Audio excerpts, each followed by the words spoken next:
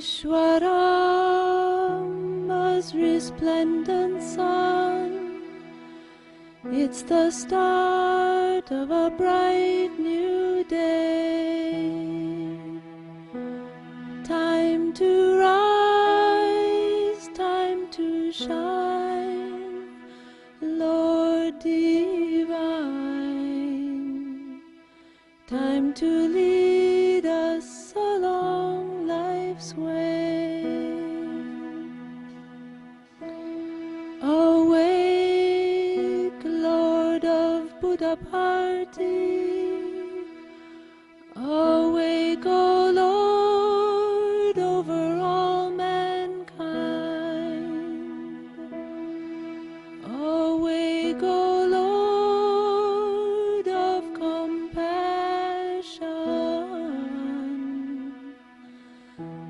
that the world good fortune may find. On Chitravati's peaceful shore stands our heart's own mansion. We yearn to serve you, and we long for your holy darshan. Morning's begun, and o'er the world spreads the radiant sun.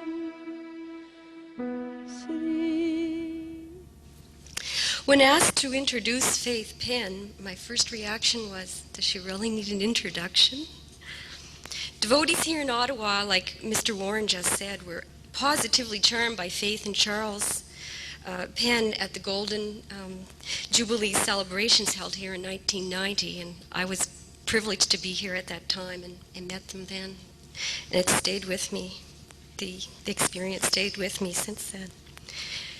Faith heard of Sai Baba in 1964 and has been a devotee for 25 years. Faith, along with her late husband Charles, co-edited the American edition of Sai Baba, and they both co-authored a book called Sai Ram, and I'm sure I don't have to tell many of you that here either. I know devotees here who visited the Penns at their home, and these devotees have reported that when they were visiting with Faith and Charles, they were treated just as though Swami had come and was visiting, was in their presence. And it was a beautiful lesson in humbleness and loving service.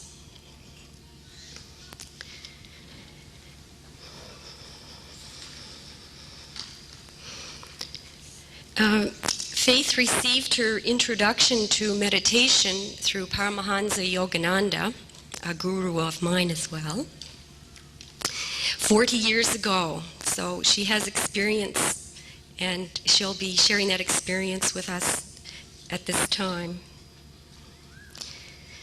Let's welcome Faith as warmly and lovingly as she graces us with her company. Sai Ram.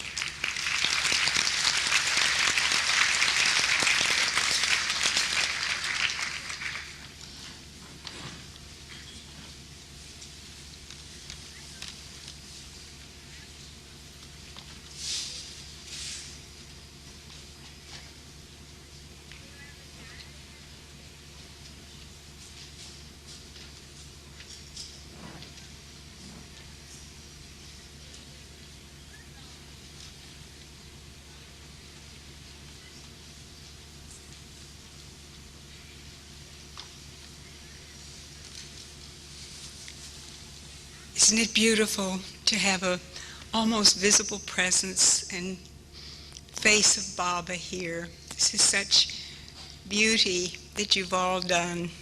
It's not hard to see Baba in all of you. Thank you for inviting me. My better half has made his transition, I think, as most of you know. But I'd like to just touch on that briefly. When we were last with Baba, Baba gave my mother a darshan that was so tremendous.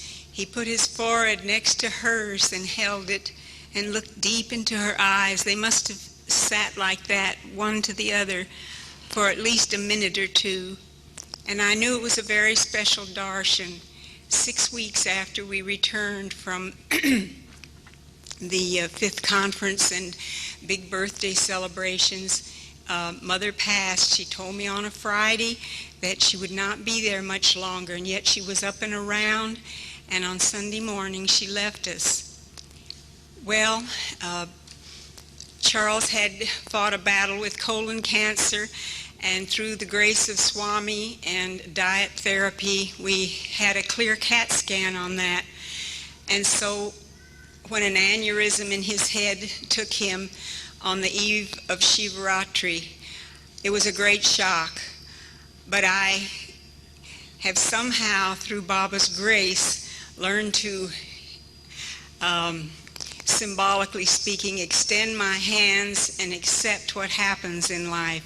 I'm not saying I can always accept it instantaneously, and I don't know about the future, but I know that there have been times by His grace that I've been able to accept.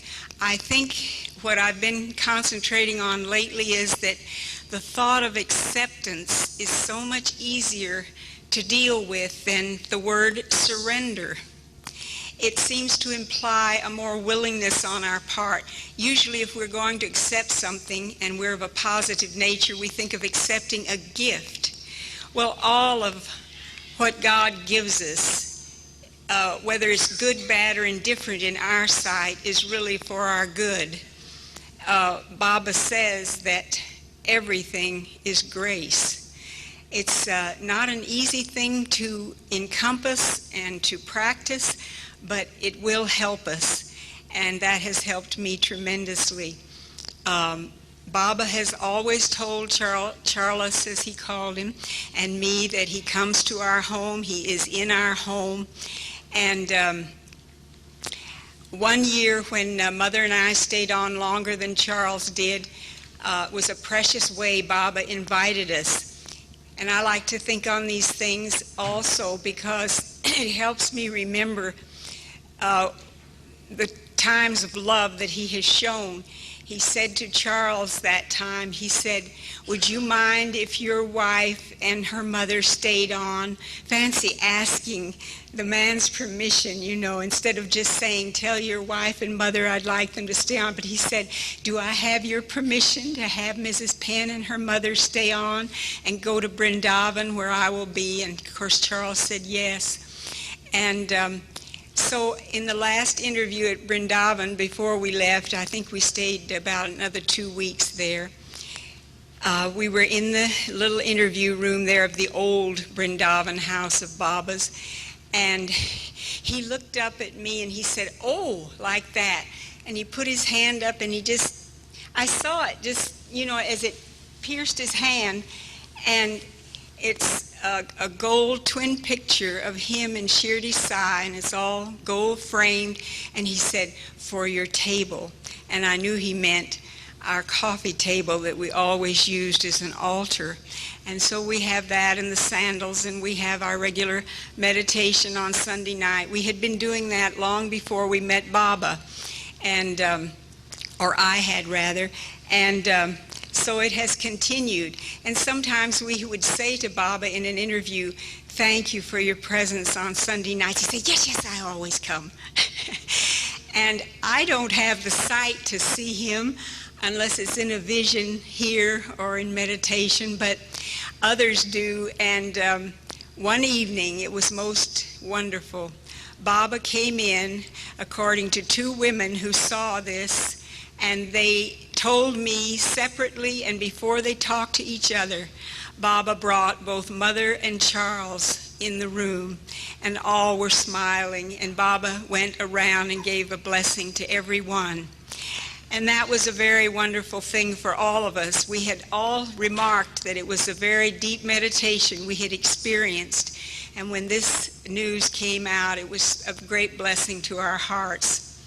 Well, Charles and I had planned to go to Kodaikanal together in April, but I guess the Lord had other plans, because on February 18th, he left.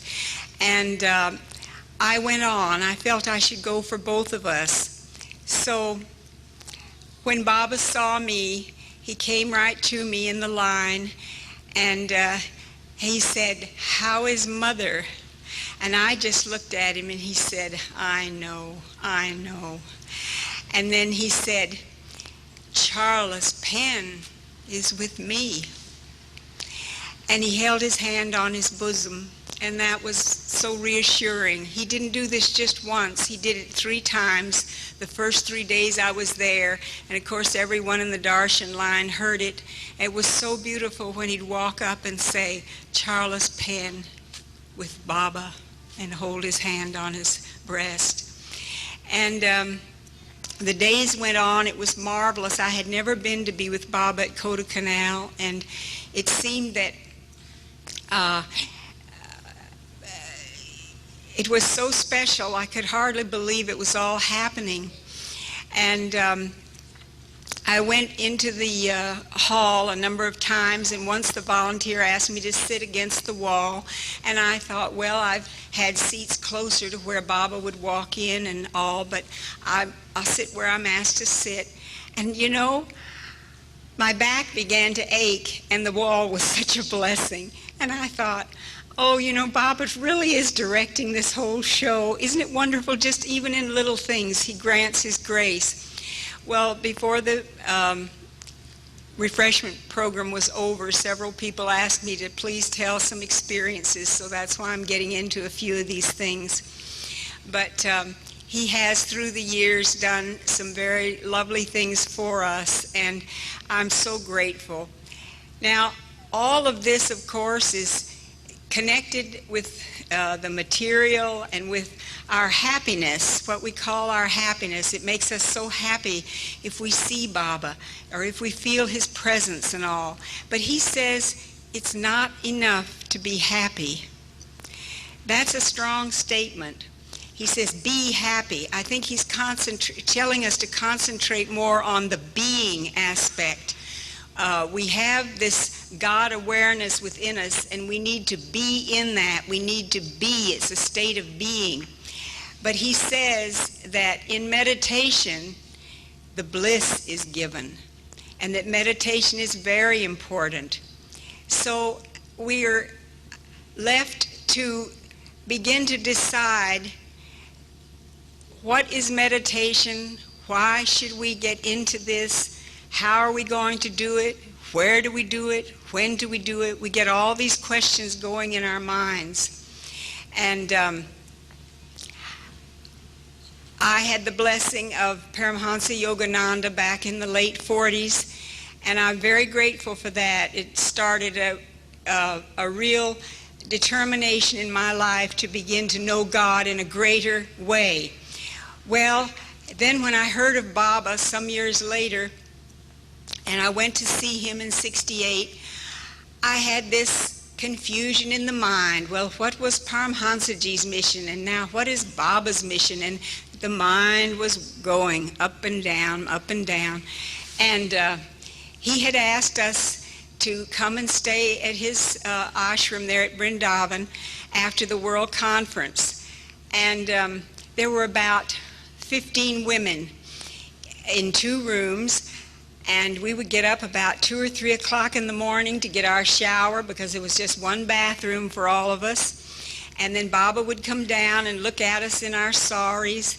And this one particular day, I'd had this monkey mind giving me a fit about, what about this and what about that? And I was noting their differences and so on. And Baba, the next morning, came into the room singing, and it was a chant of Yogananda's. I am the bubble, make me the sea, make me the sea, oh make me the sea, wave of the sea, dissolve in the sea. Well, I've shortened it, but that's the essence of the chant. And I just couldn't get over it, and he smiled at me, and I smiled back at him.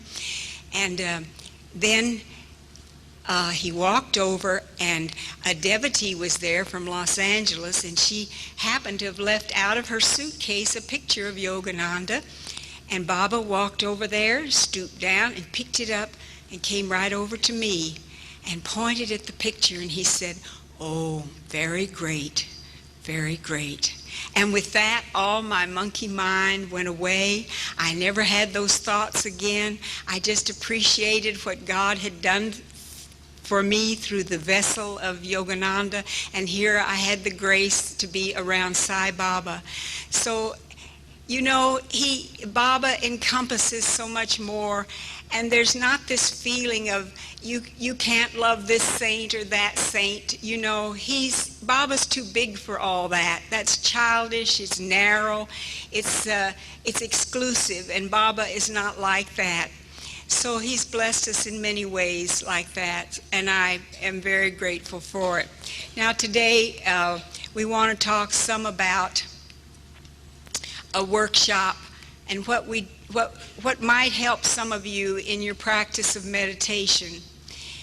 The why of why we do this is what I was touching on, that to get deeper than just happiness in life, to really feel our God's self, and to know what Baba said at Kodaikanal. He said, I want you to start saying, I am I. He said this in a lecture. I am I. He said, too many of you feel that when you say thou and I are one, that there's duality. So he said, I am I. You are that. So say, I am I. So sometimes when I'm feeling maybe just a little bit separated, I say that, and it's helped me tremendously. I am I. I am I. Well, so we know that we want to experience who we really are more. So that's why we begin to gravitate toward silence. Baba's beautiful quotation, only in the depths of silence can the voice of God be heard. That is so potent, and it's a constant reminder to us that in all we say, think, and do, that we would do well to make time for silence. And it's not just silencing the body, but the mind has to slow down, and we have to begin to experience that great inner self that we are. When should we do it? Baba says the hours of 3 to 6 in the morning are the best because of vibrations, because of activity in and around the home and in the city. That's a little early for a lot of people, but it was comical once. I was in an interview, and he asked a man, what time do you do your meditation? And the man said, 7 o'clock. He said, too late, too late. Anyway, the Lord will wake you up, or you can set an alarm if you want to. And if you have to go back to bed later, I guess that's all right too. But most of us, if we can stay up once in a while, we get an awful lot done in the early morning hours after the meditation. And then at night before you go to sleep, have a meditation. Sometimes it works for some people better before dinner, before you're eating your food. And any of you here practice the yoga asanas, body postures? Any of you? Good. I think that they are very helpful for meditation because they not only help the circulation, but they raise the energy in the body, and it's able to go up to the higher parts of the body. And those things are all seemingly quite technical, but we don't have to go into them too much. But the main thing is that when you have a chance, even have a few minutes before your lunch, after you say your blessing or before you say your blessing, wherever. I used to slip off to a park when I was living in Texas and working in a metropolis. I'd slip off to a park, and I'd have a little time to just sit. And you don't have to close your eyes. You can focus on something, a beautiful tree or something. But Baba has taught a very simple technique, and it's one that we can all make use of. before we get into that, I'd like to say that you should sit comfortably.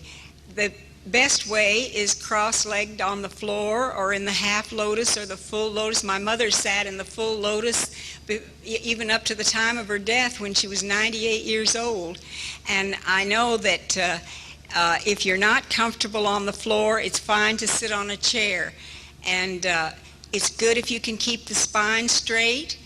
And if you go to sleep in the practice of meditation and you wake up with your head down, just bring it up and try it again. But we have to realize that we need an amount of sleep that works for us, and then keep time for the Lord through meditation. Everything will work together better.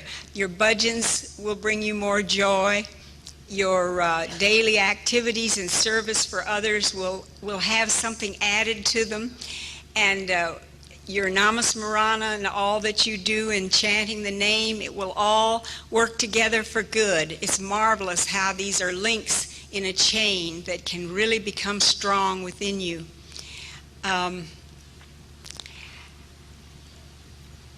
The one method that I share is Baba's, and you've all read about it, the Soham.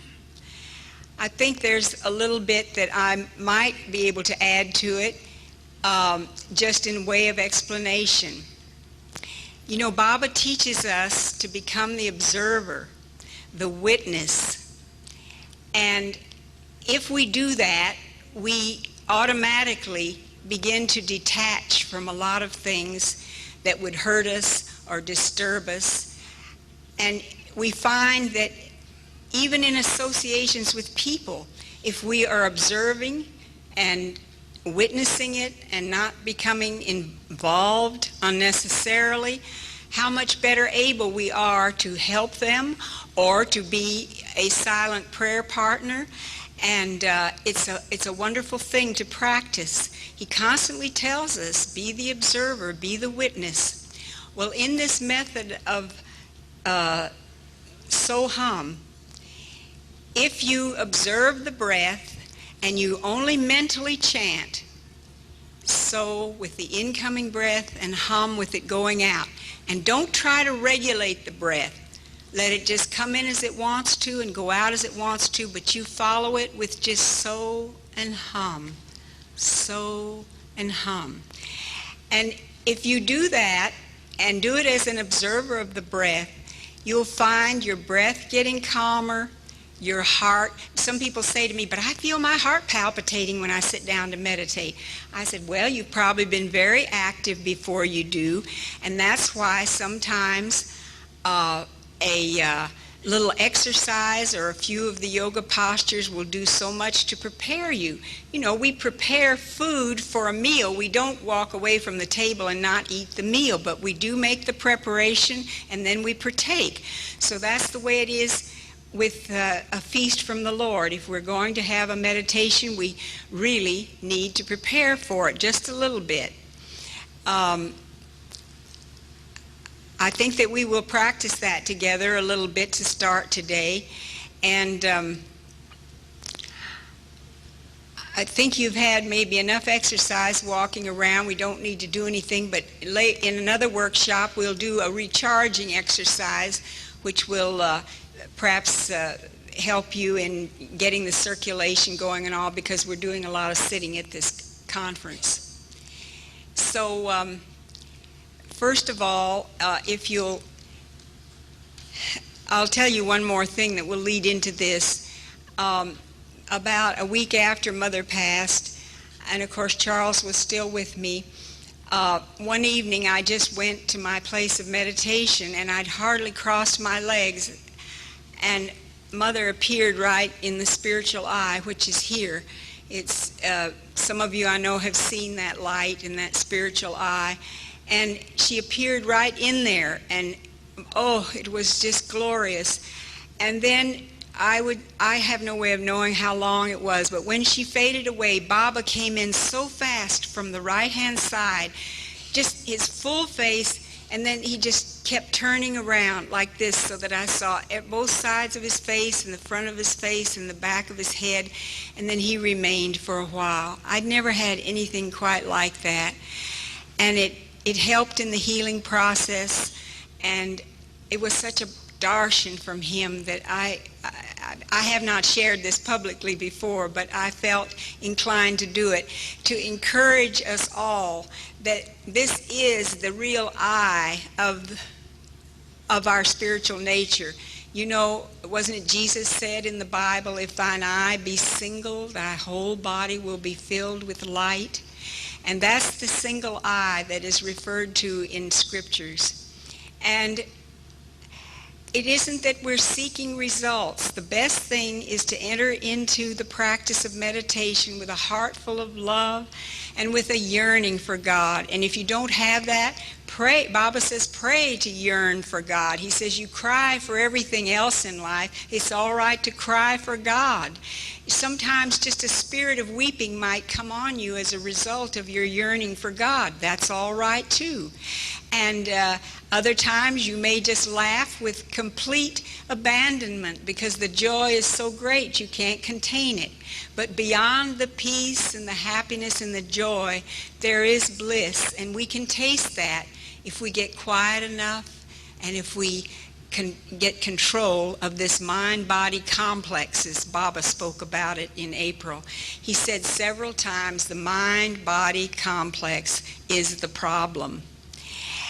I think we've been told that you can't control the mind, and I think that trying to control the mind makes it more difficult. I like the word to learn to transcend the body and transcend the mind. The only way I know to do it is if the breath gets very quiet, it helps to quiet the mind, and the energy in the body begins to go to the higher centers. You see, when it's running through all our five senses, we hear a fan. Oh, that sounds like the fan my grandfather used to use. Or someone's playing a piano next door or something. Oh my, that's like the old piano we had in the home. Or it's these associated thoughts that come from noises. So we have to transcend the body to a certain degree. Now, sometimes I know you've been alone with the Lord and suddenly peace just began to flow through you. So you automatically were just pulled into meditation, and you could sit there. You thought maybe you'd just sit there the rest of your life. It was so good. But there are other times when you've had a real busy day, and who of us don't have that, and you've had stress and you've had trials and tribulations, and you need to get back to the center of your being. So that's why a simple exercise like Baba has given us can be so efficacious, and it can help us to a great degree. So what do? We have the devotion for the Lord. We have a little bit of willpower that wants to let us be with just the Lord alone. And we have a little method that will help us to get into it. Now, Soham is really, as you would know, a method or technique of concentration, because that too goes or is transcended.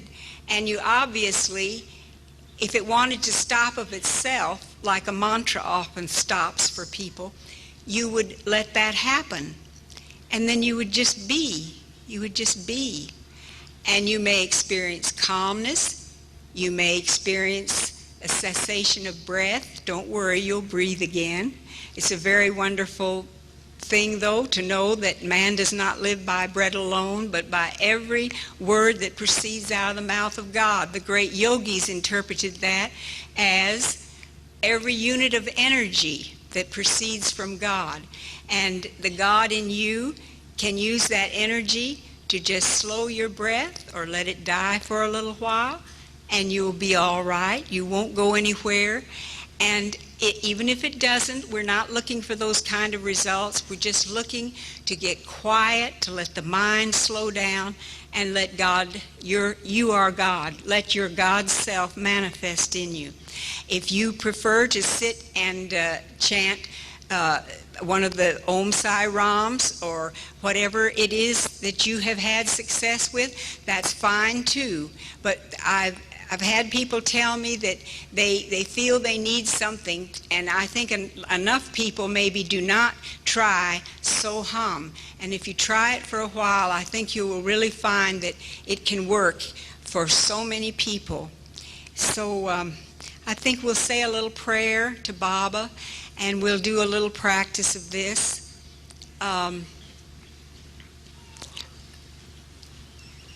I may, at times during the quiet session, remind you to bring your mind back.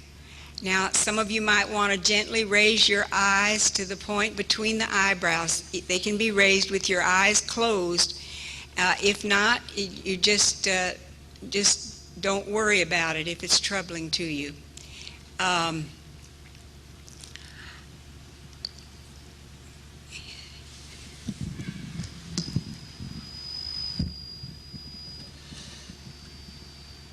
Do I have about 15 minutes? Is that all right?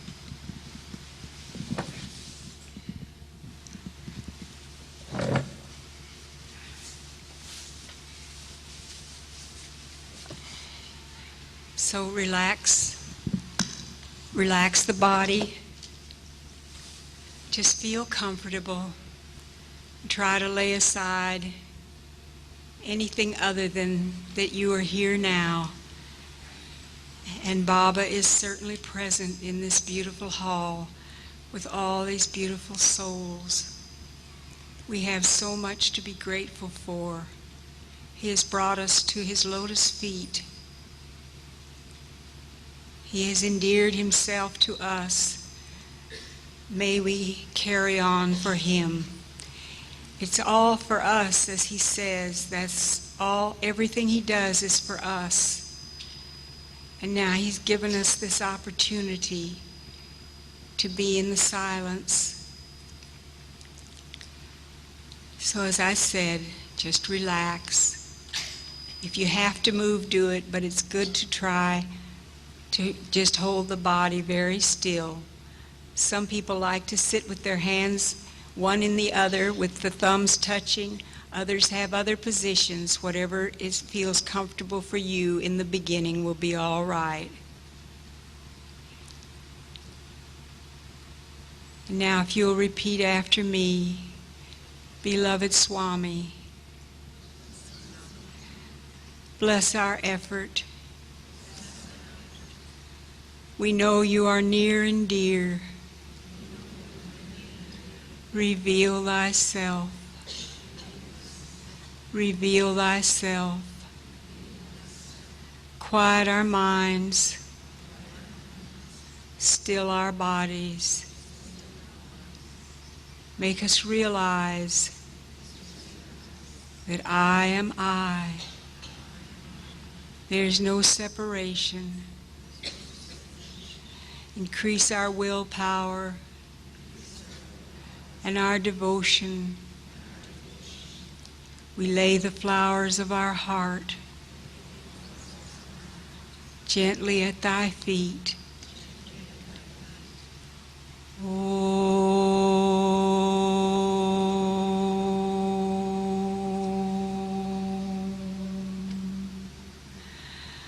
Shanti, Shanti, Shanti.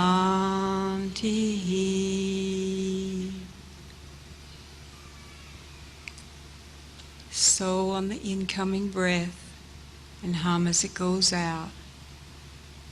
And just observe it, watch it. If a thought comes, just brush it gently aside like a wayward child and return to your focus.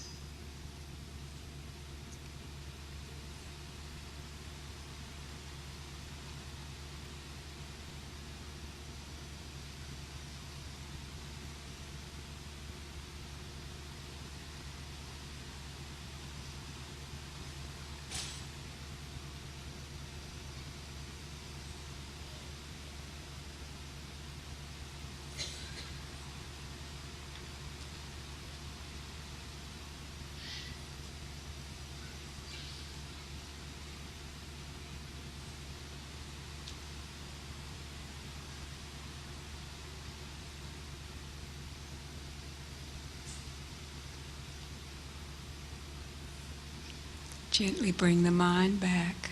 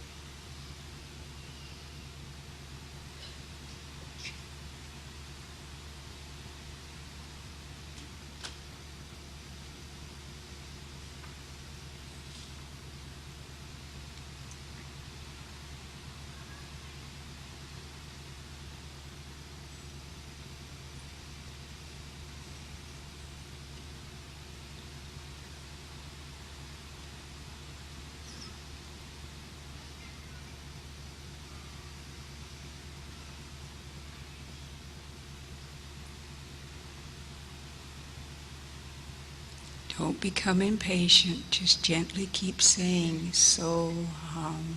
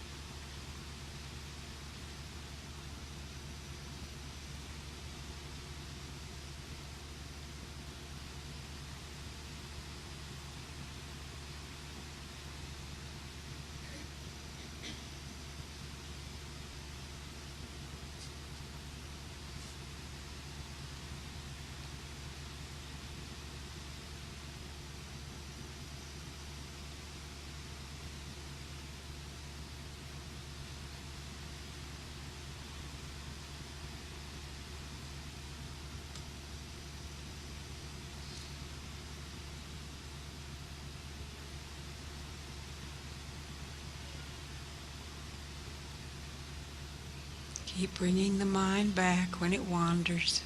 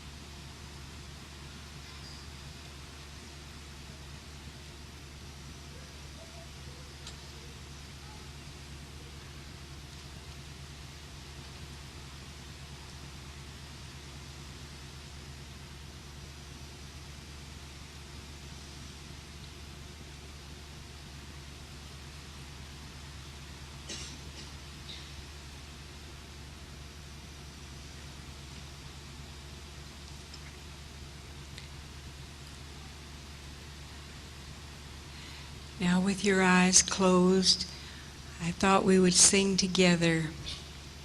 Love, love, love, love on earth. Love, love, love for all the universe.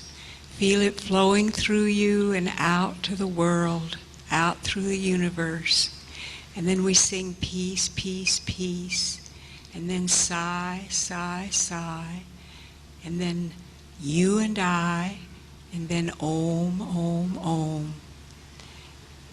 Love, love, love, love on earth. Love, love, love for all the universe. Peace, peace, peace, peace on earth. Peace, peace, peace for all the universe. Sigh, sigh, sigh, sigh on earth. Sigh, sigh, sigh for all the universe. You and I, you and I, you and I, for all the universe. Om, Om, Om. Om on earth. Om, Om, Om. For all the universe. Om.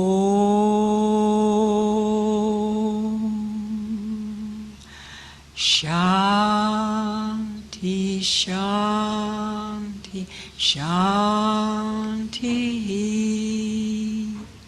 Just remain quiet for a moment longer. Enjoy the silence.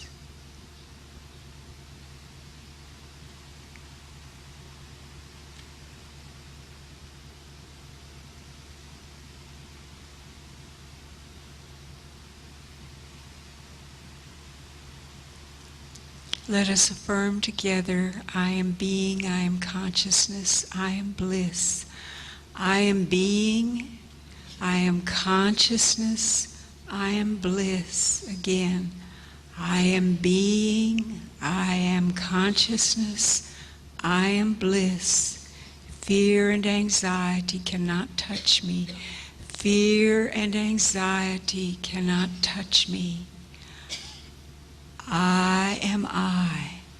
I am I. Again, I am I. I am I.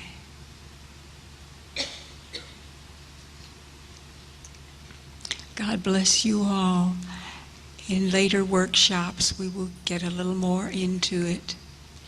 But tonight, before you drop off to sleep, and in the morning when you get up, do take time for the Lord. He's your truest friend, companion. As I told Baba, you are now my mother, my father, my husband, my dearest friend, for I lost all of those in 3 years' time. And so that's what it comes down to. It's God and us, and we must share the God life that's in us, of course. But we must also strive to go deeper into His blessed presence. I'll see you tomorrow.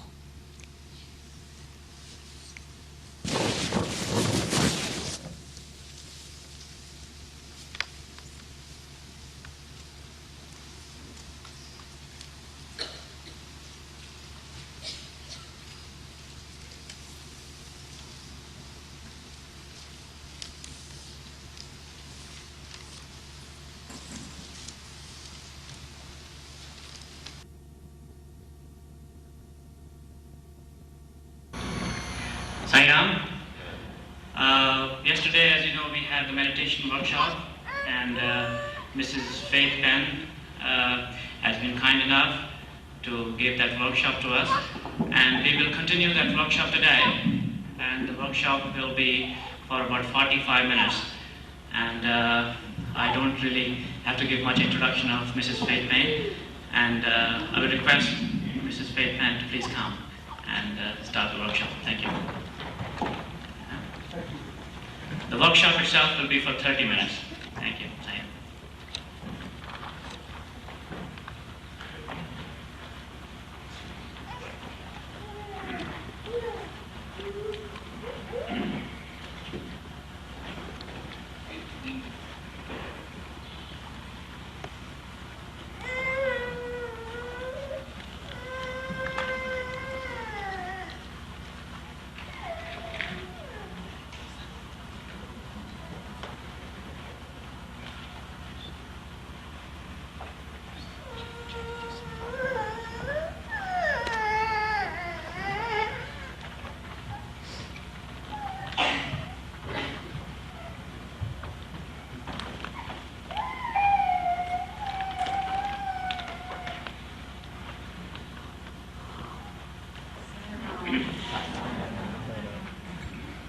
Dear sisters and brothers, it's a little change from dear brothers and sisters, isn't it? I'm telling it because at Kodaikanal, one of the high justices, a woman from the Supreme Court in India, was asked to speak by Baba, and she addressed us as dear sisters and brothers, and everyone laughed. And Baba was just so precious. His eyes were like a child who'd been caught with his hand in the cookie jar somehow. He was delighted, and yet at the same time he knew what she was saying, and she went on to say that woman's role has not been so easy in India, but she was very positive about it, and Baba smiled through most of the talk that she gave. And so I thought it would just be refreshing this morning to say dear sisters and brothers like she did. But anyway, it's still brothers and sisters, we're all one, aren't we? And Baba is teaching us to get away from all this distinction except as is appropriate in conduct, etc. This morning we will have some questions and answers at the end of the practice. And I think that if we can, we'll extend the meditation part just a little more than about the 5 minutes we had yesterday. And it seems that quite a few people were able to touch God within themselves and realize that that's what they really are. And we want to do that. Baba has certainly graced us with enough information and continually telling us now to repeat inwardly. You don't have to say it outwardly, that I am I, and not feel this separateness. We know that we're spirit with a body, not a body with spirit. And as such, we gain confidence and we gain strength to meet the trials and tribulations that come against the body and the mind. And as I said yesterday, he dwelt a lot in April in his talks on that the body-mind complex is our very great obstacle on the path. And so we have to deal with it whether we want to or not. I think it's important, as Baba has said, about control of the senses, because we do have to live in the body, and we make it hard on ourselves if we indulge in the taste delights overly, because we need a supple body to be able to sit and wait on the Lord and to do the service that he places on us to do, don't we? I think we'll start with reviewing a little of what we did yesterday. Maybe we'll just have the questions now, and then if there are any more later, we can handle it then. Does someone have a question in practicing the Soham method. I did not go into the light method because I know some of you practice that, and that's fine if you would like to do that one during this period. It isn't that I'm trying to impose the practice of Soham. It's just that it is a simple technique and it is effective, and I'm more comfortable with it personally than I am trying to visualize. So I wanted to do what I felt that I was more familiar with. Is there a question? Yes. Could you speak up a little?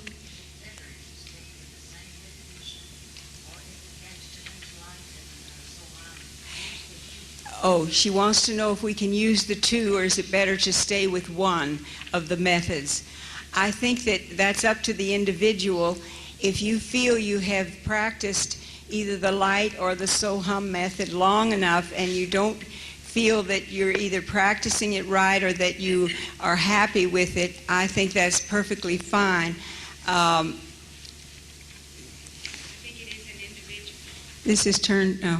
I think that's an individual decision that can be made as you try sincerely and do give it a proper chance. I think you'll know whether you respond better to the visualization of the light or the Soham, and I think that that would be all right for you to adopt a different one if you wanted to. Does that answer that all right? Yes? While you are doing the Soham practice, if the mind automatically slips into meditation, bring it back to Soham? No. The purpose of the Soham is to get you into the awareness of your true self. And because one of the interpretations of Soham is I am I. And so the best thing is just to be very quiet and I don't know any other word to say, but enjoy that new awareness that comes, or that it's like shifting gears in an automobile almost. You just suddenly realize that you are aware that you are in a different state of consciousness. So just be in that state of consciousness. And the Soham help to bring you there with the grace of the Lord, of course. So you don't go back to that. If you begin to come out of that state of awareness, then the mind will begin to act up again. So then you would want to continue Soham if you have the time to sit and give to that practice.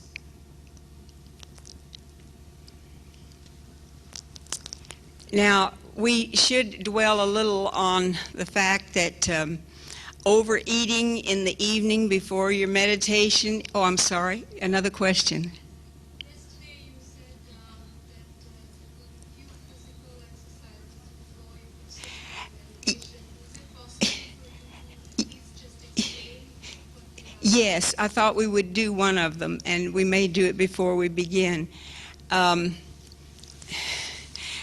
Do most of you, you might do it by a show of hands, do most of you walk a little bit or do some type of stretching exercises and so on as a sort of part of your daily routine? Because if you don't, I think you should. It's so important for the circulation and keeping the body agile, and I think that we just, as we take time to eat and to sleep and to bathe and to talk to one another and all this, we have to take time to do a little bit of exercise for the body. Yes? As we are concentrating on the breath, the Soham, should we try to visualize something, or let whatever Swami vision comes automatically? No, whatever comes is fine, whether it happens in the spiritual eye or in the depths of your soul, whatever it is. I think that your concentration should be on just watching the breath and mentally chanting the Soham. And then what is supposed to happen will happen. And the light might appear, you might see Swami. You don't want to expect results. It's the same thing as Baba teaches us, that don't claim the rewards for your actions and don't look for results, but surrender that to Him, because He knows what we need. And many times when you don't make breakthroughs in meditation, it's a test of the Lord. And sometimes there's something we need to do in what God has already told us through Swami, and we must do that first, and then the grace descends. I read a quotation by him the other day that was very powerful. He said, when grace attends, you know you're progressing. So when it doesn't, we know that many times we are not living up to what we should in what He has taught us. Yes.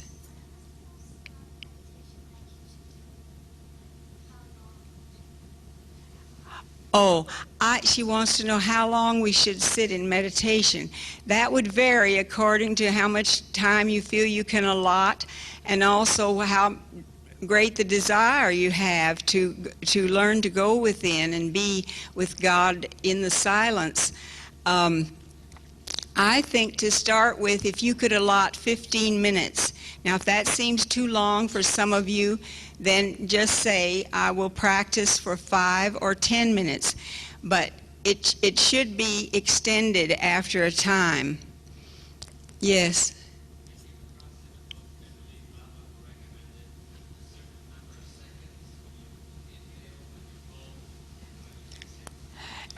I don't have, do you know that number that?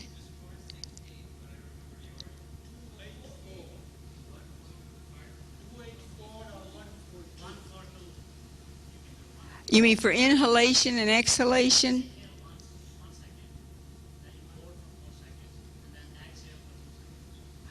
Okay. He says inhale for 1, hold for 4 seconds, and exhale on 2 seconds. It will become automatic. You don't have to count because you're trying to mentally say so hum. So I have not read that where Baba said that, so I didn't get into that.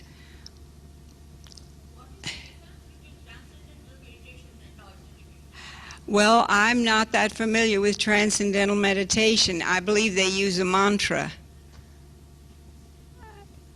Something like Om or Ram or whatever, and it's done with some rapidity, but that is not the same type of concentration technique that Soham is.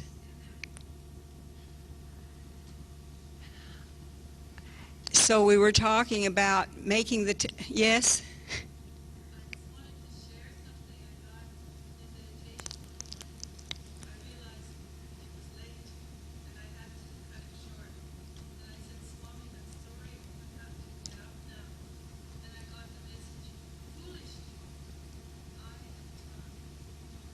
Foolish thought, I am time. Baba says the best time to get up is between 3 and 6 in the morning. Some of you will find that very difficult.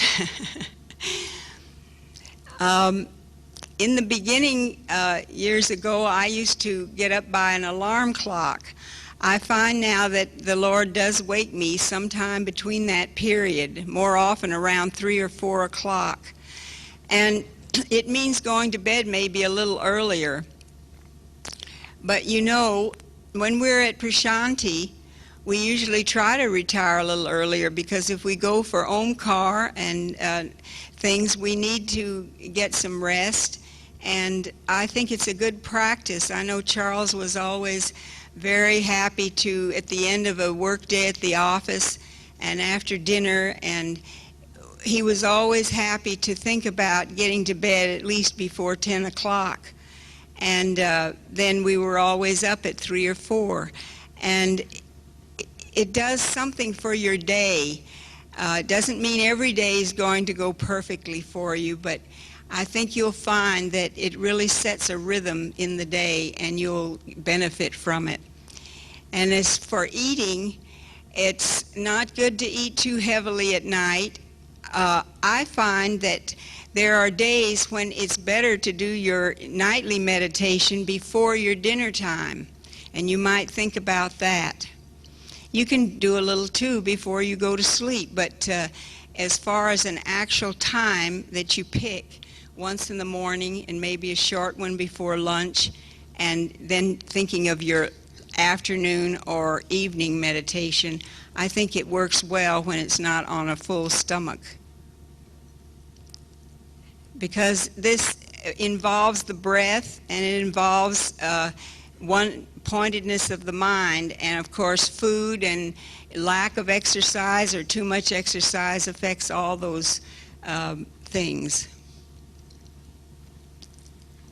So let us stand up now, and we'll do one simple recharging exercise, which is good for circulation and for bringing the energies to the higher parts of the body.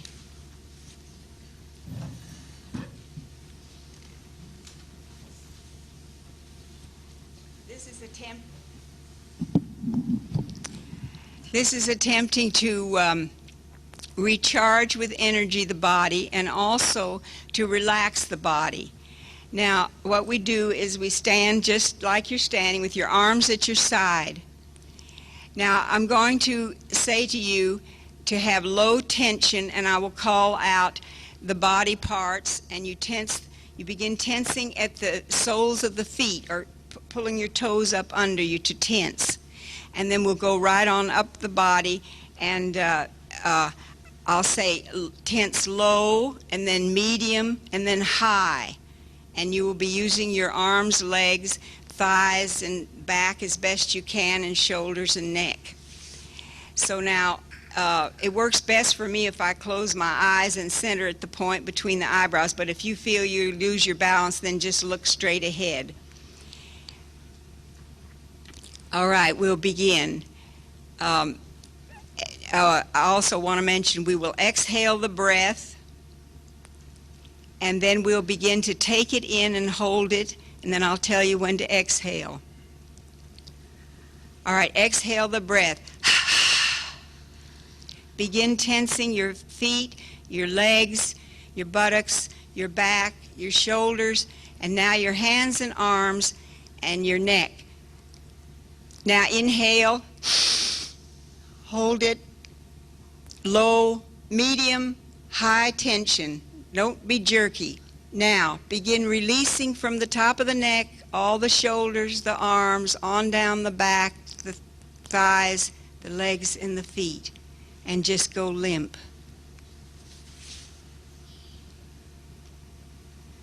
Now we'll hold it a little bit longer this time. If you feel you need to breathe, go ahead and do it, but I don't think we're holding it too long.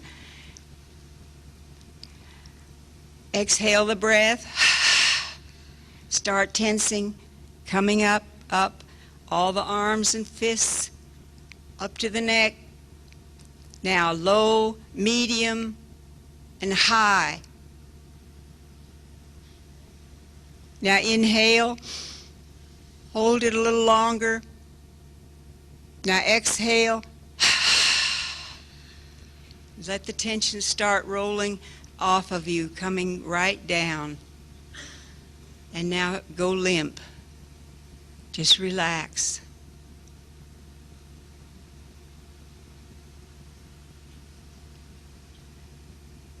Now once again, exhale. Begin the tension from the feet on up. Keep coming up. Now the arms, shoulders, neck, low, medium, high, tense. And inhale. Hold the tension. Exhale. Begin to release the tension from the top down.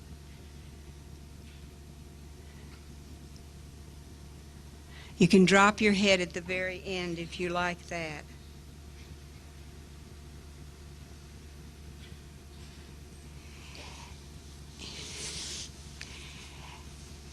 It's helpful to visualize the energy coming in at the medulla, at the back of the brain. We won't get very technical about that, but you can increase your low, medium, and high tension as you go along with this exercise.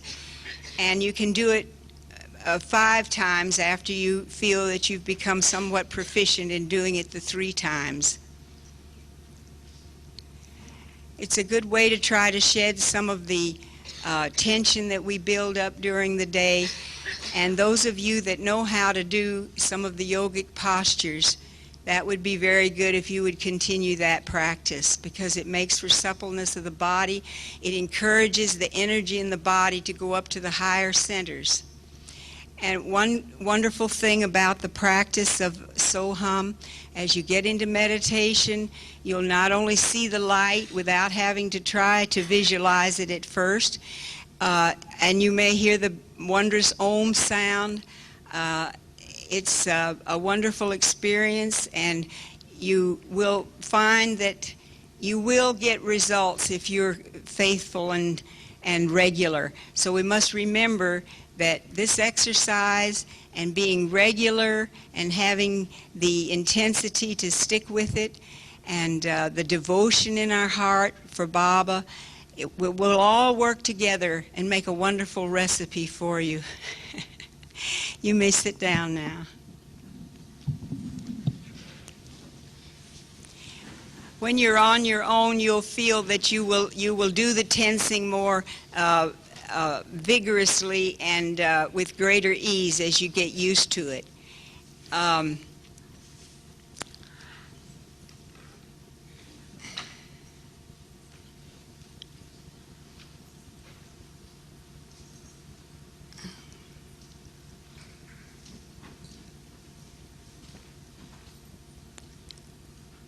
I think now we'll do the actual practice, and we'll start with a part of one of Baba's prayers to center ourselves. As I said yesterday, those of you that are used to lifting your eyes to the point between the eyebrows, to that center, you may do that. If you're not comfortable with that, you just let your eyes do as they wish to do. The main thing is to be relaxed, not to have any push or anxiety or be trying to see results, but just be it's like coming before the Lord in a spirit of gentleness and sweetness and feeling that love in your heart for Him, and dedicating this practice to Him. It's for Him, it's by Him, because He is in you, He is with you, He is permeating every cell of your being, and you want to just be one with Him at this time. So let us now close our eyes and repeat this prayer of Swami's to begin with. O Lord, I'm determined to carry out all tasks this day as an offering to you, with you ever present in my mind's eye. Let all my thoughts, words and deeds be ever sacred and pure. Let me not harm anyone. Let no one harm me. Please guide and direct me this day.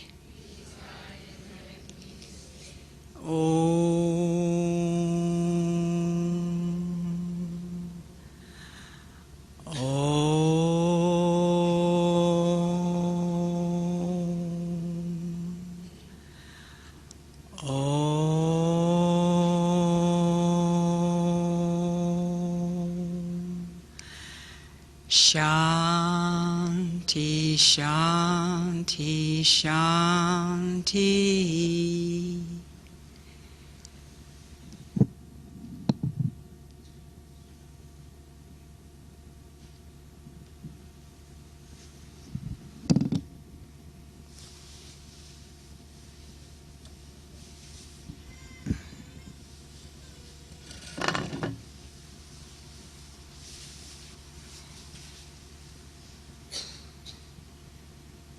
Now with ease and gentleness, do your practice of so on the incoming breath and hum on the outgoing.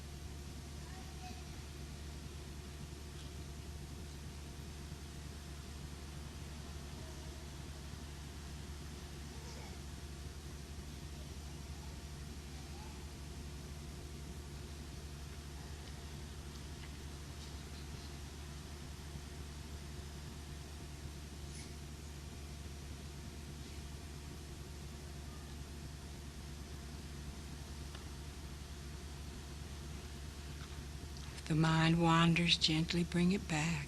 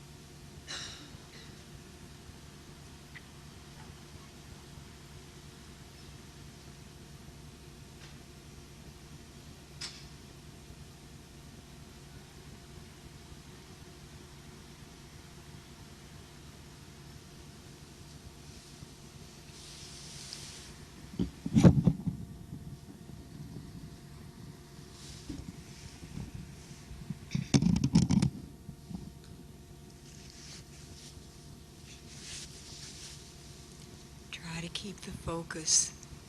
There's distractions, there will always be.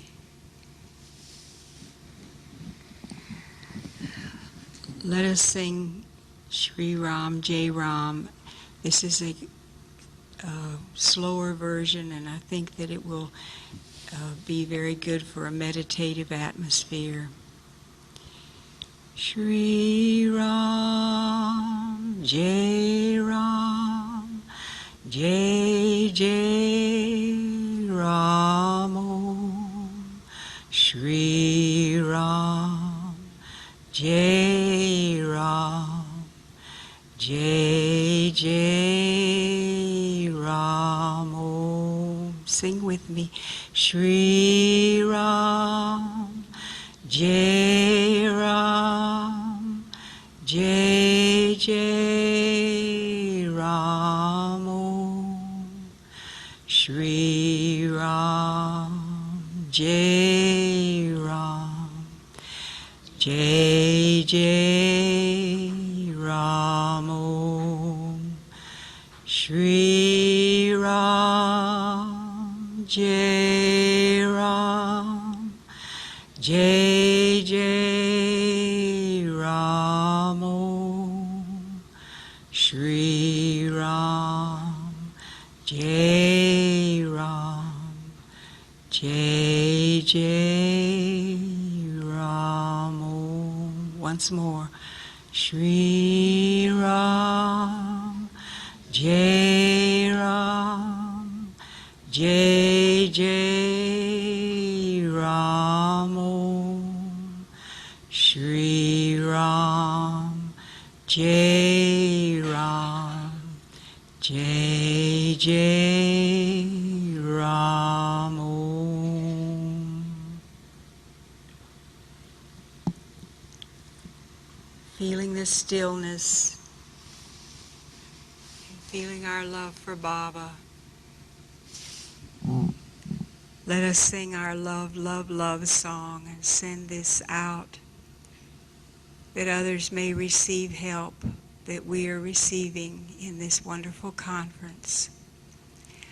Love, love, love, love on earth. Love, love, love for all the universe. Peace, peace, peace, peace on earth. Peace, peace, peace for all the universe. Bliss, bliss, bliss, bliss on earth. Bliss, bliss, bliss for all the universe.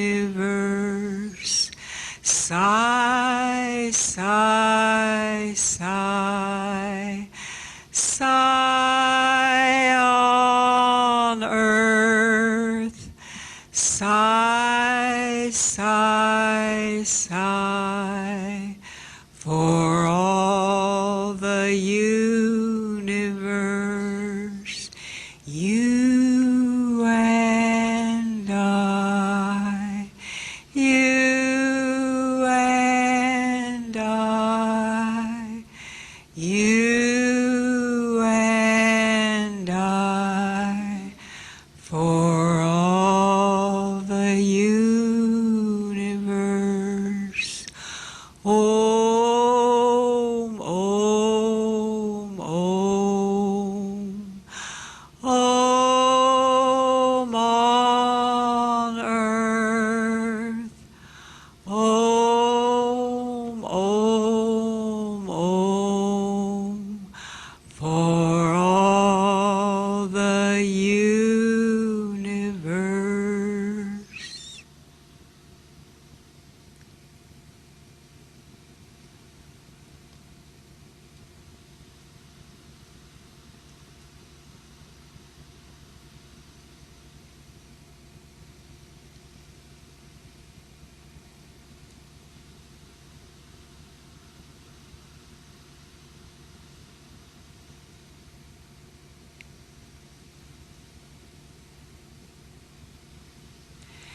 You may keep your eyes closed or as you wish.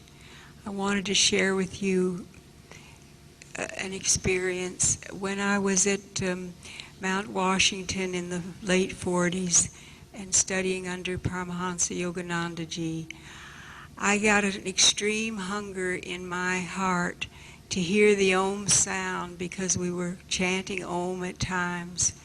And that hunger grew and grew. And one morning about 4 o'clock, I was awakened with the booming Om. I thought there must be an electric motor outside or something. There wasn't much room for thought as I was enveloped in the beautiful Om sound. And that became a regular thing which I was blessed with by the grace of the Lord. And years later, in fact, 20 years later, after I had met Baba and known him a while, I said in an interview one day, "Swami, I love the booming loud Om, but I also hear the baby Om." He was so sweet. He smiled and he said, "Om is Om."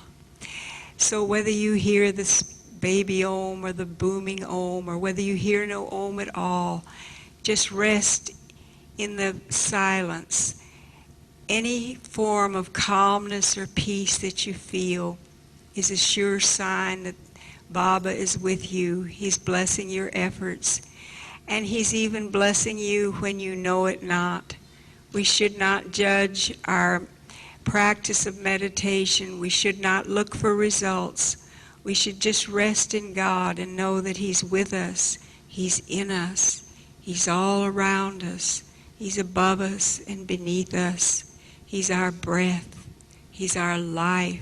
He's our intelligence. He's our strength, our joy.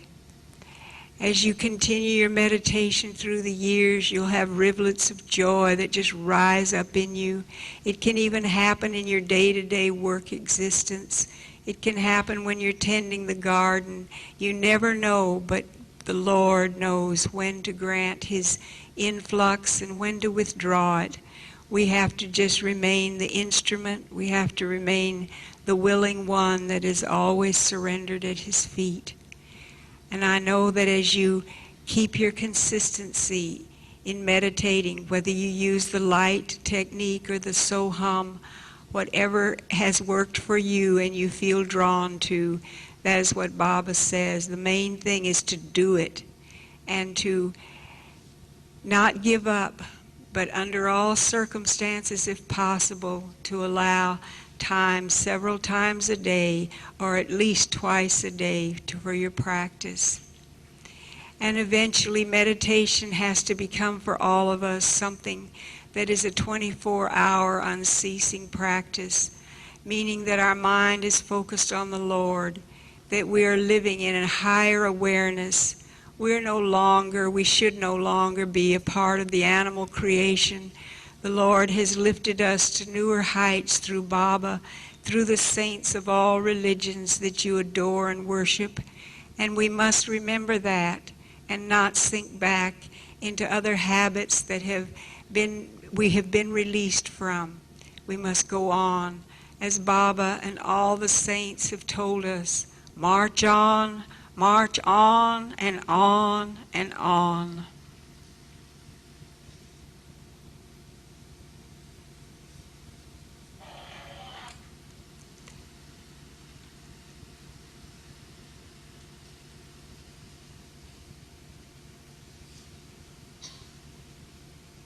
We will have another workshop tomorrow, and may the Lord bless us all the rest of this day.